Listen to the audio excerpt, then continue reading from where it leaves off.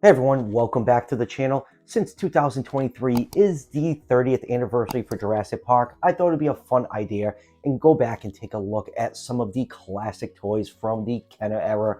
First of which is this big pile of rubber electronics, the Utahraptor. Now let's travel back way back to 1994 when these Series 2 Jurassic Park figures were released. They were pretty much hard to find. Some of these inbox ones go for quite a bit. I think an inbox Utahraptor averages, like $300, $400, $500 depending on the inbox condition. So this figure I actually acquired off eBay last week. I always wanted to add the Utahraptor to my collection. I actually saw one in store way back in 1994.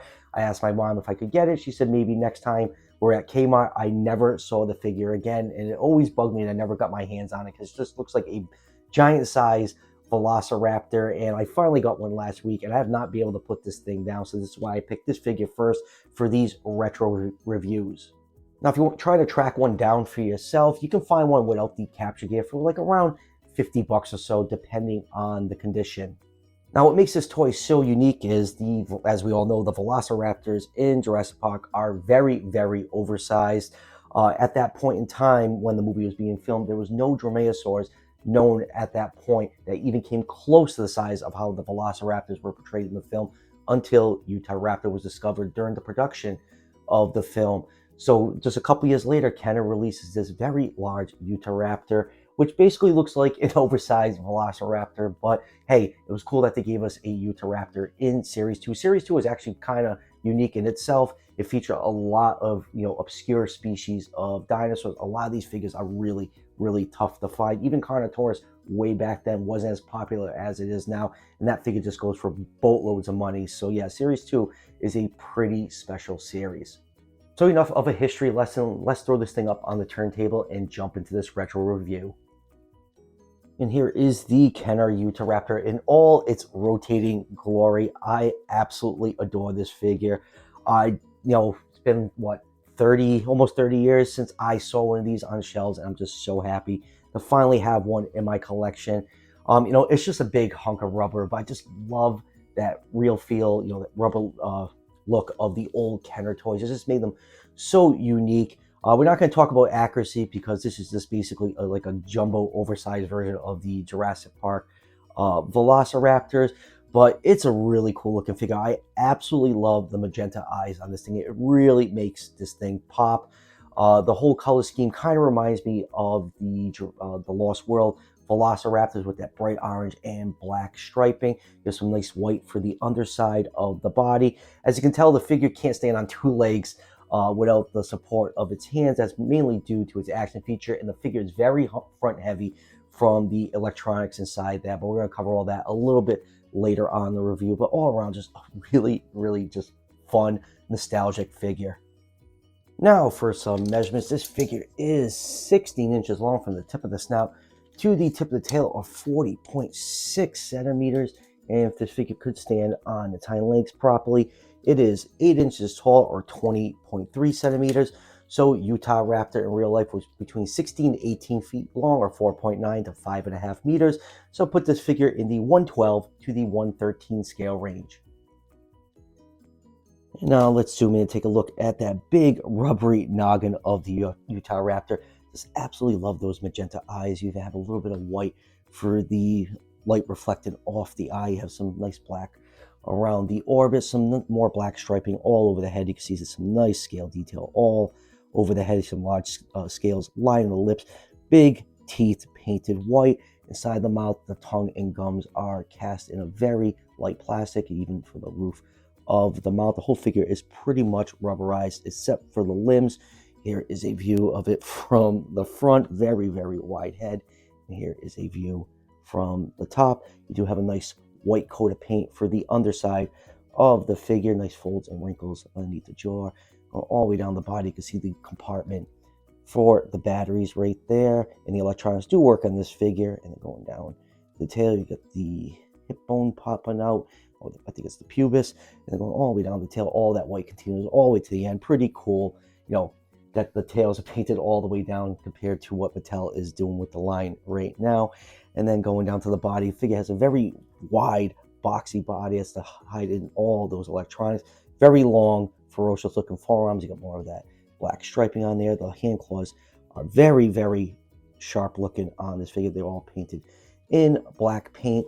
And then going down to the hind legs, the nice powerful looking hind legs with more of that black striping. We've got the Jurassic Park number 22 tattoo on its calf, and then going down to the feet of those huge sickle claws, all decked out in that dark gray paint. And then going down to the tail, you got more of that striping all the way down. Just, I love the color pattern on here. Just the orange and black are just really nice and contrasting. Just all around a really cool looking toy. Now for accessories, it does come with capture gear. Capture gear was introduced in Series 2. It includes a muzzle for the face, ankle shackles, and of course the tag with the JP logo for around the neck. I'm going to try to get my hands on some of the capture gear to make my figure complete, but trying to piecemeal together what for some people selling the single pieces for on eBay is completely outrageous, but I'm going to keep my eye out for some lots and maybe I can piecemeal this thing together. Now for articulation, these large rubber Kenner dinosaurs weren't known for their articulation back in the day, so they're very limited. The only articulation on this figure are the front arms, which can move forwards and backwards the way the hands curve in. They do kind of bump into each other. But one cool thing I love in this figure, I never knew it had this until I actually got this figure in my hand. The sickle claw is actually articulated on this figure, which I think is really cool. Like I said, did not know it did this until I actually got it in hand. Now to activate the action feature, there is a button right here at the base of the butthole. You're just going to push it in and the legs will kick forward and it'll let out an electronic scream. The kicking action is powerful enough to kick over most figures. And if you continually press that button to activate the kicking action, you can get the mouth to open up very slightly.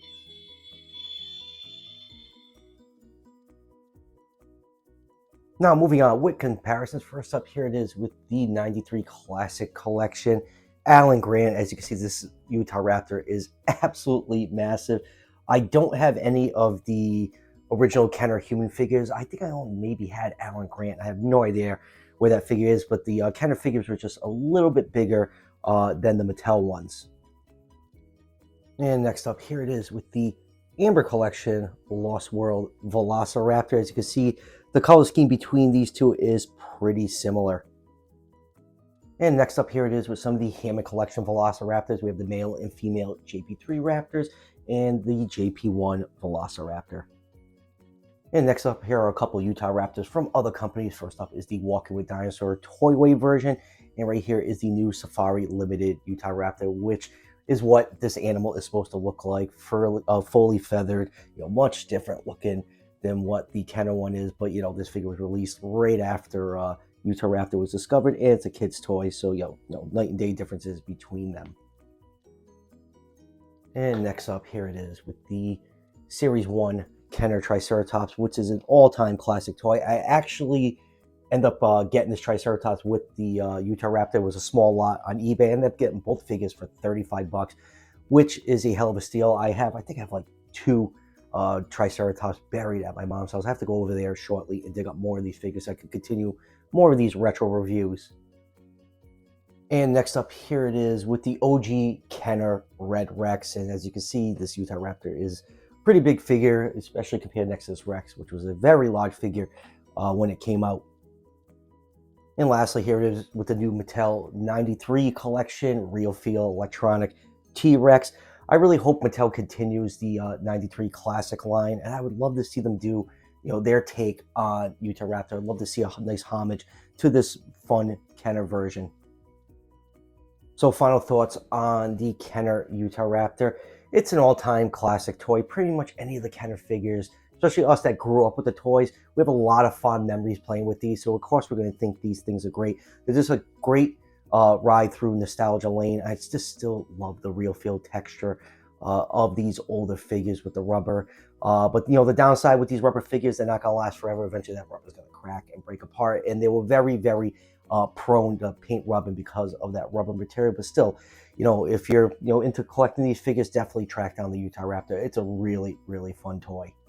If you're trying to hunt down one of these figures for yourself, your best bet is eBay and Mercari. You can find one in pretty decent shape for around $50. So that will do it for this retro review. I'll do a few more here and there throughout the year. I'm just have to, dig up my old collection at my parents' house and see what I got. But I'm definitely gonna do the kind of Red Rex next. So as always, if you're enjoying the content on this channel, show your support by hitting that subscription button just below the video. Each subscription helps out the channel tremendously. It's greatly appreciated. I'll see you guys for the next one.